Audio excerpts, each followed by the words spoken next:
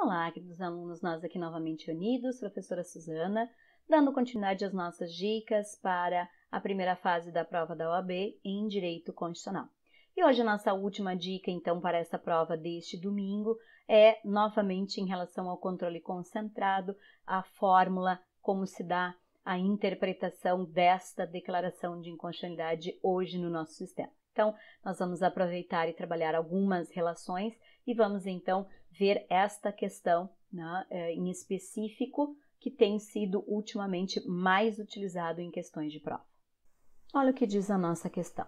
A Lei Federal 123, sancionada em 2012, é objeto de ação direta de inconstitucionalidade proposta por partido político com representação no Congresso Nacional. O referido diploma legal é declarado materialmente inconstitucional pelo Supremo Tribunal Federal em março de 2014. Em outubro de 2016, membro da Câmara dos Deputados apresenta novo projeto de lei ordinário contendo regras idênticas àquelas declaradas materialmente inconstitucionais. Tomando por base o caso apresentado acima, assinale a afirmativa correta. Então vamos pegar essa situação e vamos revisar o conteúdo que está por trás. Primeiro, ação direta de inconstitucionalidade só cabe em relação à lei ou ato federal ou lei ou ato estadual. E quando a gente aqui está falando lei ou ato estadual, estamos falando também da Constituição Estadual. A ação direta de inconstitucionalidade tem como legitimado os relacionados do artigo 103.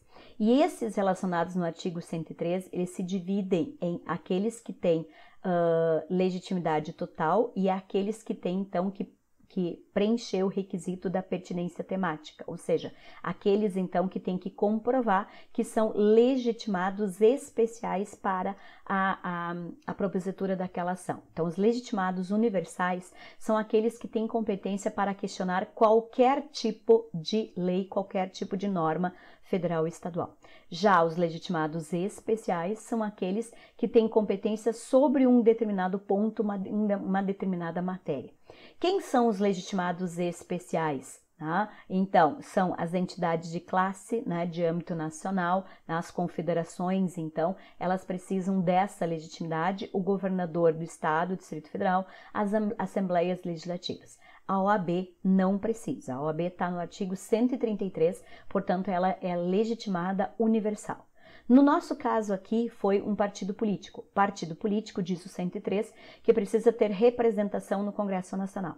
Então, ele é legitimado universal, mas para que ele seja considerado com representação no Congresso Nacional, ele precisa ter no mínimo um deputado ou no mínimo um senador no momento de interposição da ação e não no transcurso da ação propriamente dita. Tá? Então, interposta lá em 2012, declarado a inconstitucionalidade no mérito em 2014, tá? Poderia então, neste caso, o STF, pela maioria absoluta, declarada a inconstitucionalidade, essa lei então não valeria desde 2012. Agora, poderia o STF ter modulado os efeitos e então ter dito, olha, essa lei ela é inconstitucional desde 2012, mas os efeitos produzidos por esta lei só valem, então, a partir do momento da sua publicação, que é, então, em março de 2014. A modulação dos efeitos, só que neste caso, a modulação dos efeitos só poderia ser proferida por 2/3 dos ministros do STF. E a partir deste momento, então, os efeitos desta decisão seriam erga omnes vinculantes. Significa, deveríamos toda a sociedade obedecer esta decisão. Porém, nós não podemos esquecer que nós temos a independência e a harmonia dos poderes. E cabe no Brasil, tipicamente, ao Poder Legislativo criar as leis. Portanto, cabe a eles criar uma nova legislação que pode ser igual à já criada anteriormente e esta ser aprovada novamente. Então, não tem vedação em relação à não possibilidade de uma nova proposição em cima do que já foi declarado inconstitucional pelo STF, certo? Então, aqui nós estamos falando da inconstitucionalidade material, ou seja, em relação ao conteúdo. Nós não temos falha formal que é na iniciativa ou no processo legislativo. Então, a inconstitucionalidade, quando ela é material, né? Existe sim a possibilidade do legislativo novamente legislar e novamente legislar de uma forma que esse texto seja inconstitucional, né, da mesma maneira como ele foi anteriormente. Mas isso vai fazer com que essa lei passe por todo o processo legislativo, seja publicada e aí novamente o judiciário vai ter que ser buscado para que ele novamente possa se manifestar em relação a este novo projeto de lei.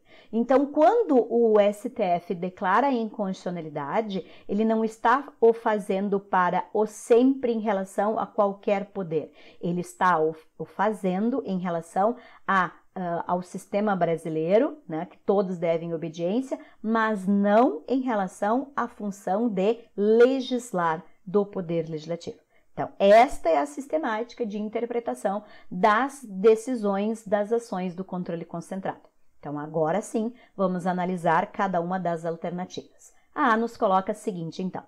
A decisão proferida pelo STF produz efeitos contra todos e efeitos vinculantes relativamente aos órgãos do Poder Executivo, Legislativo e Judiciário, inclusive nas suas funções típicas. Não em relação às funções típicas. Né? Se aplica sim aos poderes, mas não à função típica do Poder Legislativo. Tá? Então, por isso, né, que essa está errada. B. Em observância ao precedente firmado na ação direta de inconstitucionalidade, o plenário do STF pode, em sede de controle preventivo, obstar a votação do novo projeto de lei. Não, porque senão estará violando a independência e a harmonia dos poderes. Esta função é uma função típica do poder legislativo. O judiciário não adentra no processo legislativo de forma preventiva. A única exceção quando o STF vai adentrar preventivamente é quando estiver em tramitação uma PEC, um projeto de emenda à Constituição, que estiver retirando algo que é vedado legislar lá pelo 60, parágrafo 4º da Constituição, que são as vedações materiais, as cláusulas pétreas. É a única exceção. No restante, não cabe a interferência do judiciário no processo legislativo. C. A decisão proferida pelo STF não vincula ao Poder Legislativo. Não, vincula ao Poder Legislativo, mas não em relação à função típica. Por isso, né, que tem essa questão aqui está correta. A decisão proferida pelo STF não vincula ao Poder Legislativo, ao plenário do próprio tribunal, em relação a apreciações futuras da temática. Veja, não é que não se aplica ao legislativo, não se aplica em relação a este assunto para ele poder legislar de novo. Então, por isso que essa está correta. Logo, caso o novo projeto de lei venha a ser aprovado e sancionado, a Corte pode vir a declarar a inconstitucionalidade da nova lei, ou seja, só depois que o STF pode declarar novamente inconstitucional esta lei que novamente foi criada pelo legislativo. Né? Então, esta é a resposta correta. O que está errado na D?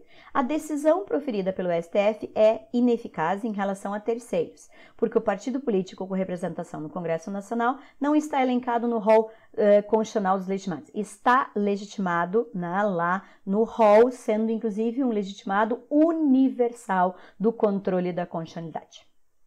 Assim, a gente finaliza estas dicas para esta prova neste domingo em relação à matéria de direito constitucional, né? E espero que tenho podido ajudar um pouco em relação a essa matéria, né? Qualquer coisa que vocês precisarem, estou aqui, só me peçam. E na sequência, então, vou colocar aí outras dicas, segunda fase, vamos aí trabalhar também outras matérias. Um bom estudo no domingo, uma boa prova e até o nosso próximo encontro aqui no canal.